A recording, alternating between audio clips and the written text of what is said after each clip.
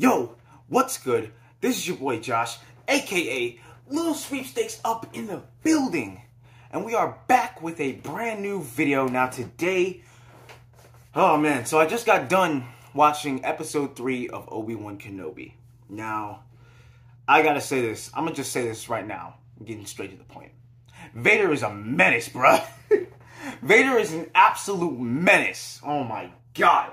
Okay, so I know people are probably not gonna like the fight scene that they did. Spoilers, by the way, if you didn't already know. Yeah, not many people are going to like the fight scene between Obi-Wan Kenobi and Vader. Keep in mind, this is the first fight scene, and you also got to remember this as well. Obi-Wan is old, and that's why he runs away. And he's rusty. And Vader is 32 at this point. So, like, the guy is like, bro is still like, you know, he's practically in his prime at this point. And the fact that, you know, he wasn't going hard as I thought he would or something like that, I don't know. He was probably toying with them. And definitely, yeah, definitely was toying with them. But yeah, oh man, what an episode. I just wanted to get that out of the way. I just want to get straight to the point. I probably should have started at the beginning. Oh, man, in the beginning, bro, oh, my God. You know, it feels good to see Hayden Christensen's face again, bro. Him playing as Darth Vader as a whole. This man scared the hell out of me. Like, man, yo, this dude, literally, bro, the way that they suit him up, man, it was crazy. Like, the neck piece, the helmet, the freaking cybernetics that gets put on him, bro. That is something I've always wanted to see. I've never seen how Vader puts on his suit. No one has. And it's a thing that I'm sure many people have wanted to see for years. Like, how do you get that thing on? You know? And the other question is, how do you go in the bathroom with that thing, bro? Like, come on now. You trying to pee or poop? Well, technically, Vader, I guess, cannot poop since he can't eat, like, solid foods unless he's in his, back to, like, time chamber thing. I don't know what to call it. I forgot what the actual name is. But, yeah. These are some like, very valid questions here. Like, very important. Anyways, but yeah, man. Seeing Vader be put into the suit, it made me feel like a kid again. Watching it, it reminded me of Revenge of the Sith. Definitely. So we pick up where we left off with the second episode, and it is, you know, they're on a cargo, and, you know, they get put on the planet. It's a mining planet, and pretty much from there they, you know, go, you know, try to go to a spaceport, and then they get stopped by some Imperials, in which, man, did Obi-Wan, I can't say, he messed them up. He messed them up, bro. Probably one of the best deaths in Star Wars media today. The stormtrooper gets shot, he falls off the tower, and bro gets sawed in half by a laser. What? Like, come on. I don't know. It's probably just me, but that was brutal. I like the fact that Disney is incorporating some brutal stuff in this show. And, you know, like in Star Wars in general, because you don't think they would go that far, right? Nah. So far this year, we've seen Mando cutting somebody's head off, cutting somebody in half. We saw Reva cut a local's hand off. And now this. I don't know. I feel like we're going to see some more brutal stuff for sure. I hope to God we do. Because, yo, this is probably one of the best shows so far. Now, there are some spots where, you know, there could be criticisms, and I'm not gonna lie, there was some, I'm kind of part of that. But, like, mostly, everything has been great. And, you know, like, oh my God, it just gives me the vibes of Revenge of the Sith, you know. It takes me back to that time, you know. it's like, because like my childhood, it's full circle now. It's just full circle. There's like, and it's nothing else to it. Because I grew up with the prequels. I grew up with Hayden and Ewan, you know, and like, they have a huge impact on my childhood, and they have always, you know, those two were a big part of my childhood, and they like pretty much inspired me to, you know, want to make films and short movies and stuff like that. It's make my own stories. I remember years ago, I wanted to make this huge story with, you know, my action figures and stuff like that when I was a child. The stories weren't great, but I still had fun, you know? Like, it, imagination, man. But yeah, it was great. It was great seeing that fight scene in the beginning as well. I also really liked that Obi-Wan was hallucinating for a second when he saw when he saw Anakin in the desert. At first, I didn't know who that was, and then I looked closer, and that was Anakin, bro. Like, oh man, seeing Hayden in the robes too, bro. Like, come on, what else could you ask for? We need flashbacks to the Clone Wars, please. Because, yo, that would complete me, bro. If we were to see, you know, Ahsoka or somebody, I don't know, man. But yeah, they get to this thing.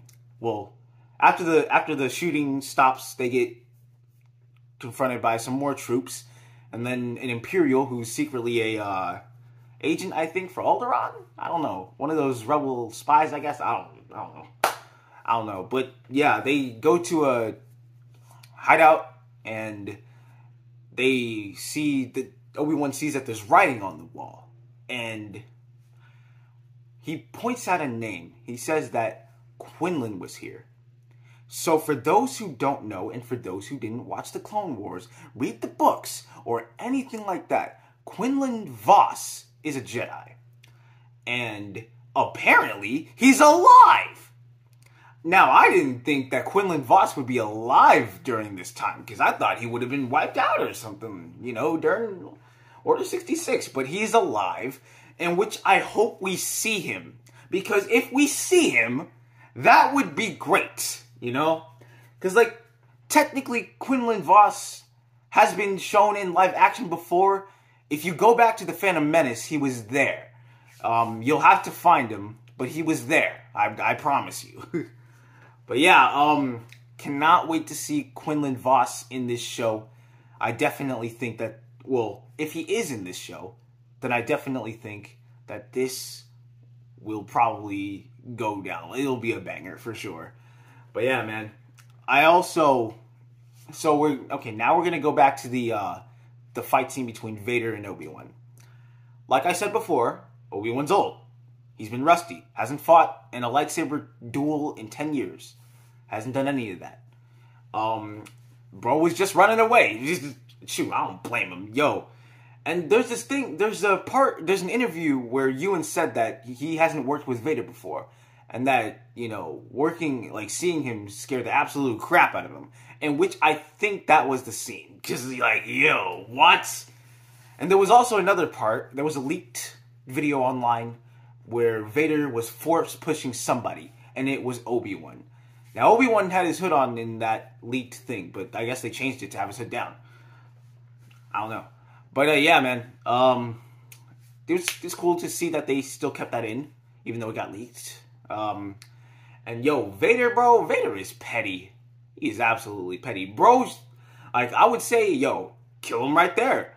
Like, you want him dead, right? But no, this man wanted to see him suffer. And not only suffer, but the same way that he suffered. Like, it don't get crazier than that. Like, this man literally, bro, like, the way that he lit the ground on fire. Like, oh, that shot was cold to me. I feel like that was the best shot in the like episode so far. And we're probably gonna get even more cold Vader moments, but like, yo, the fact that Vader, you know, not only wants him dead, but he wants to see his old master suffer the way that he suffered, it's crazy to me. This man dragged Obi-Wan in the fire. This man, he dragged him in the fire. Now, it reminded me of this comic, if like one of the like Vader's series that Marvel did, or I believe it was Marvel, I can't remember. Maybe it was Dark Horse, I don't know. Either way, there was this scene where it was a vision, like a what if, where Vader, where Vader defeats Obi-Wan on Mustafar, and then just throws lava on him. He just lets him burn. Like, bro, that's what it reminded me of. But man, seeing Obi-Wan being burned, bro, like, yo, never in my wildest dreams would I ever see that happen. And like, bro, Mance was just playing with him. And for whatever reason, I don't understand why Vader didn't just walk through the fire to grab him afterwards. Like, he's done it before. Like, I didn't understand that part. I guess he just wants Vader to, you know, suffer and remember the pain and then capture him or something. I don't know. But I get the feeling that the final battle will probably be on Mustafar. I don't know how they're going to have Obi-Wan on Mustafar again, but yeah. And okay, we now got to talk about Reva, okay? As you know, Moses Ingram has been getting a lot of criticisms and stuff, and death threats, racist, you know, messages, all that stuff. Please stop. Why do you do that? Why do people do this? Like, it's a character, and not only that, she's a black person, you know, and it makes no sense for y'all to just bash her because she's black. Like, bro, really? Y'all treating this as if she's like the first black Star Wars character. Like there aren't, like, Finn and Mace Windu and Lando out there. What? Come on now, be better. Anyways, Reva. Reva is still impatient. She is still, you know, we still don't know much about her. And we still don't know why she knows Anakin is Vader. Again, I don't know. But I think, like, Reva has the Mind Probe Force ability, so I guess she looked into Obi-Wan's head in the last episode. But yeah, yeah, she's definitely a character so far we still don't know much about.